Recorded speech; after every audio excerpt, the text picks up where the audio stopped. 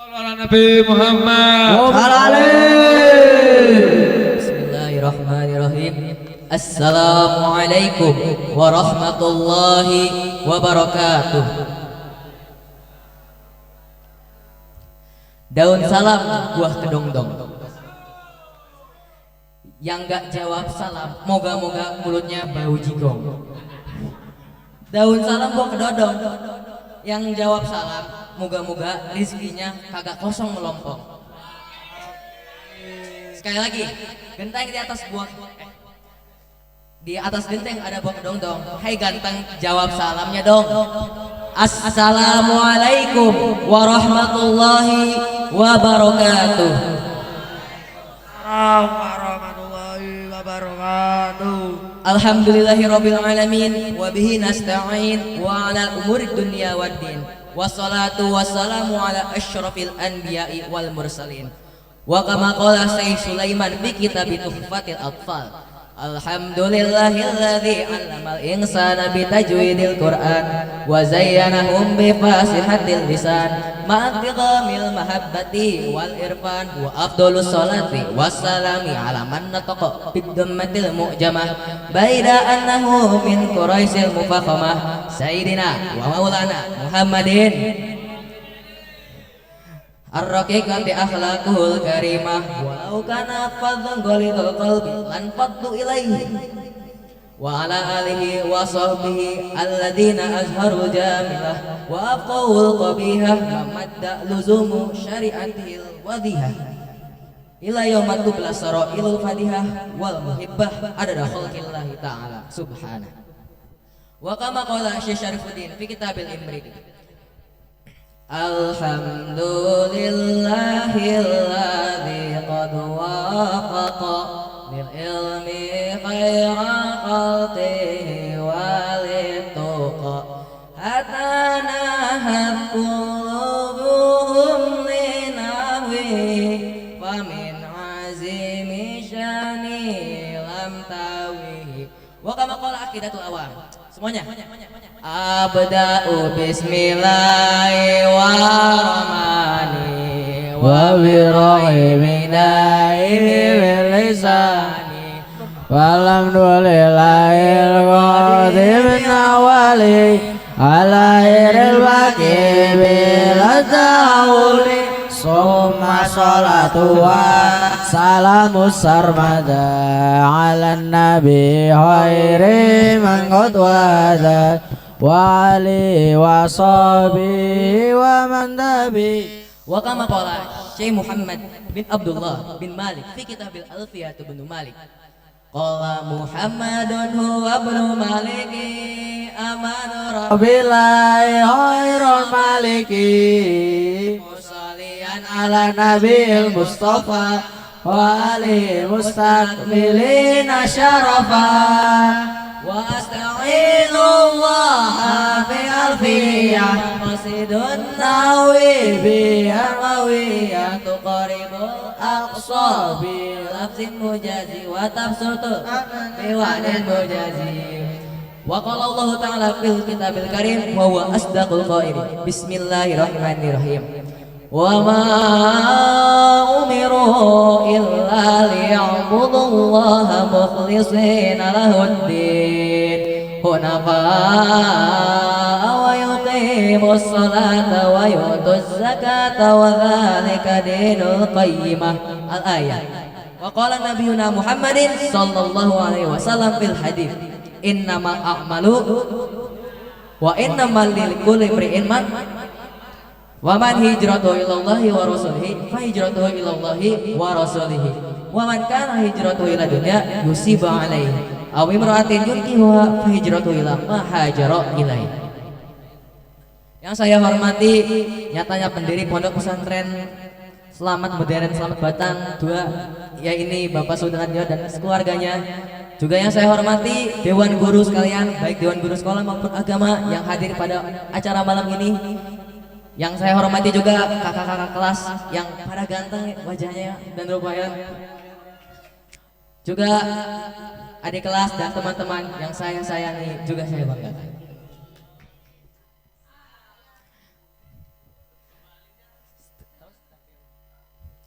Semuanya sehat? Ya karena saya di sini nggak bisa pakai bahasa Jawa, pakai bahasa Indonesia aja ya. Berdirinya saya pada malam hari ini dengan 3 alasan. Sesuai yang tadi dikatakan oleh Kak Fawaz. Yang pertama karena nggak mau dulu. Yang kedua disuruh parafal. Dan yang ketiga mau cerita. Mau dengerin gak nih ceritanya? Pada zaman dahulu hiduplah seekor santri. Hiduplah seorang santri. Dia sedang ngelamun di depan teras kamarnya. Pengen jajan, lihat suka gak ada duit. Pengen ngopi, gak bareng teman, lihat suka gak ada duit. Nah, tiba-tiba datanglah orang tua si santri ini. Nah, maaf, mau ngapain kesini? Mau ngasih uang ya ke dede, kata si santrinya. Lah, boro-boro anak, bapak aja kesini minjem uang ke tetangga. Gitu, kata santri. Itu jangan ditiru ya, itu ciri-ciri anak durhaka. Kalau santri yang baik itu, oh, gak apa-apa, mah. Gitu kan. Terus bapak sama papa kesini mau ngapain? Jadi gini, nah, inget gak zaman dulu ada pohon mangga yang dulu sering kamu naikin? Ingat bah, kenapa emang pohon mangganya? Sekarang pohon mangganya udah tumbuh, gede, besar, lebat, berotot lagi. Nah terus kenapa mah pohon mangga itu? Tapi pohon mangga itu sekarang udah jadi bahan musyrik. Warga-warga desa pada nyembah ke pohon itu buat minta uang. Astagfirullahaladzim. Terus gimana? Nah, inilah tugas kamu. Kamu udah pesantren 12 tahun. Sekarang amalkan ilmu yang kamu udah miliki di pesantren. Kata si bapaknya. Oh, tapi sebelum itu, Pak, saya harus izin dulu ke Mama Kiai Haji. Ya udah, Bapak pulang duluan aja. Akhirnya si bapaknya pulang tuh menggunakan kuda. Zaman dulu kan adanya kuda ya, belum ada mobil. Nah, kan di Indonesia, emang di Indonesia ada unta. Nah langsung di sini si santri itu minta izin ke Kiai Hajinya, ke mamanya. Assalamualaikum mama, ada apa nak? Saya mau minta izin buat nyelesain kemusyrikan yang ada di desa saya. Akhirnya diizinin sama si mamanya dan langsung si santri itu pulang menggunakan kuda juga. Di tengah jalan dia melihat ada pohon mangga yang dimaksud. Di situ banyak orang beramai-ramai, berbondong-bondong ke pohon itu, pada nyembah puluh. Ternyata memang gacor hasilnya di situ. Dapat uang di situ. Nah akhirnya si santri ini tuh berargumen kan soal pendapat dia yang gak setuju sama kemusyrikan yang ada di desa itu. Tapi dia kalah juga. Akhirnya si santri punya ide buat nyelesain masalahnya itu malam hari. Pulanglah si santri itu ke rumahnya. Di situ ditanya, gimana? Udah diselesaikan belum? Nanti aja Pak, kalau udah malam. Akhirnya malam hari pun tiba dan si santri itu ngambil peralatan. Semua peralatan diambil. Bedog, keris, kampak, dan lain sebagainya diambil buat persiapan untuk membasmi kemusyrikan. Di tengah jalan mau ke pohon, di situ si santri ketemu sama kakek-kakek. Cuk, mau kemana cuk? Kata si kakek-kakeknya. Sini kek, aku mau ke pohon yang ono tuh. Pohon yang ono. Ngapain cuk? Ya itu tuh pohon sumber kemusyrikan kek. Sementara kan kita gak boleh musyrik ya. Jadi mau saya habisi gitu kan kemusyrikannya. Mau saya tebang pohonnya, kata si santri. Jangan ditebang cuk, jangan ditebang, kata si kakeknya. Gak peduli kek, mau siapapun yang halangi saya bakal nebang pohon ini. Akhirnya si kakek itu ngotot dengan bahasa kasar. Lu kalau mau nebang pohon ini, lu harus melangkain mayat gua, kata si kakeknya. Wis, belaga banget nih kakek-kakek. Udah tua, kolot, bau tanah lagi. Gitu kan. Akhirnya si santri sama si kakeknya pun berantem di situ. Pak buk. Ternyata si kakeknya kalah di situ. Cuk, ampunin kakek cuk. Kakek gak bakal kebal lagi cuk, kata si kakeknya. Alah, mau ngapain kamu sekarang? Kata si santrinya. Gini cuk. Kalau kamu mau ngelepasin kakek nanti jamin kamu kakek kasih trik. Setiap kamu habis sholat buka sejadah, nanti bakal ada uang, kata si kakeknya. Akhirnya si santri itu penasaran dan malah dilepas si kakeknya. Dia pulang, ditanya sama ayahnya, gimana nak? Nanti aja pak, saya tebangnya. Habis itu dia sholat, dibukalah tuh sejadahnya dan hasilnya Cor cuy, maksuin dapat uang di situ.